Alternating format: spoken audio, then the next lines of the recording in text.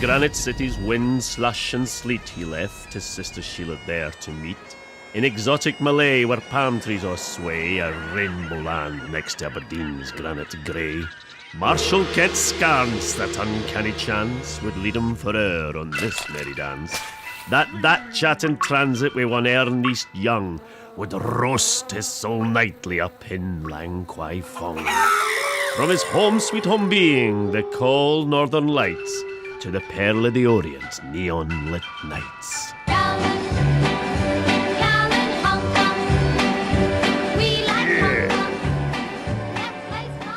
Well, I'm Sheila, I'm Marshall's big sister. We were brought up in Aberdeen. Aberdeen is called the Granite City and it can be very grey and cold. I think Marshall prefers the sunshine to the cold. Marshall was always a very good boy. He made my parents very proud all the time, yes. Always did very well in school, yes. Oh, he was good at maths.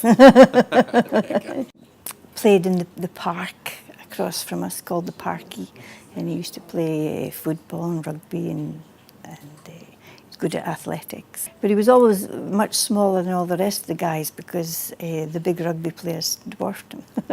He broke his collarbone a few times playing rugby.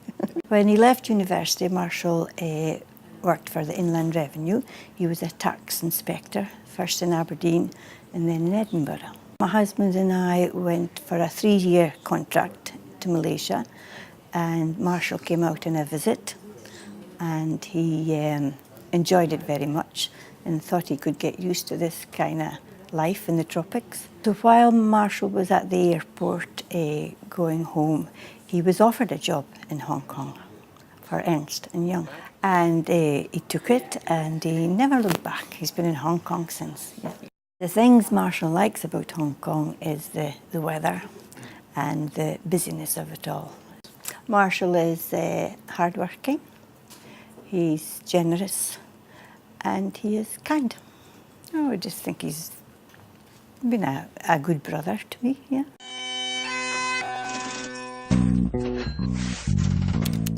Of tax, mankind's burden dredged up out of hell, Byers was master and held in his spell.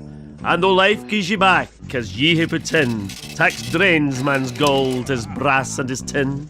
Rich, Cathay soil for this gardener's skill, he rose in the ranks, put a hoose in the hill, gained power, made partner and up with their feet, retired in his 50s, content and complete. I started to work with Marshall at his first day in Ernst & Young. First met Marshall Byers when he was working at Ernst & Young, and he was helping us out on some tax matters. When we met, we were friendly competitors in the field of tax advisory. After some years of acquaintance, he had hunted me into Ernst & Young. And actually, the name there in the first day is not called Ernst & Young, it's Turcons Ernst and Winnie. Marshall and I have worked together, and he's consulted in my business affairs for nearly the last 25, 30 years. Be honest, I'm not quite understand this guy at the very beginning. Working with Marshall sometimes could be very pressurized. When he's very angry, well, he will give me a long face. He's fun to work with. I won't get any hard time. It's very easy and you can make anything very relaxed. It's no stress at all. So I'm so lucky. He's obviously very bold. Marshall's a person that dares to love and hate, and that makes him. He is a person full of character. His image to me is a very nice guy. He can help you whatever you want. He makes you feel very much at ease, and he's a very intelligent person. I think it's a testimony to his character that he has made Hong Kong his home and decided that Hong Kong's given him a lot of benefits, and in turn I think he's reciprocated and is helping to make Hong Kong the special place that it is. Marshall is always on the media for the Hong Kong tax budget.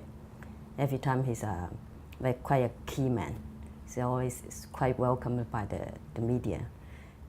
He's quite excited He's quite excited, and I think he's enjoy it. He enjoyed it very much. He's so witty that I recalled that he used to write poems for each partners on special occasions, be it birthday, retirement, etc. At the present moment, hanging in the wall of my office, there's still a poem he wrote for me upon my retirement, and I find it so interesting that I mounted it. He has been able to impart his Scottish canny tax advice in a very successful manner, and therefore we've been able to afford to keep him on, even though he's now semi-retired. And we have become friends and known each other ever since. But what of the man? The old China hand, the lover of life, for damsels and drams, the poet, the chieftain, the man of great will. Well, when the ladies ask slyly, "What's under yon kilt?" Marshall quips dryly, "Hide it for yourself." And this braw-heeling dancer, what can strip the willow, has seen mony a stripper asleep on his pillow.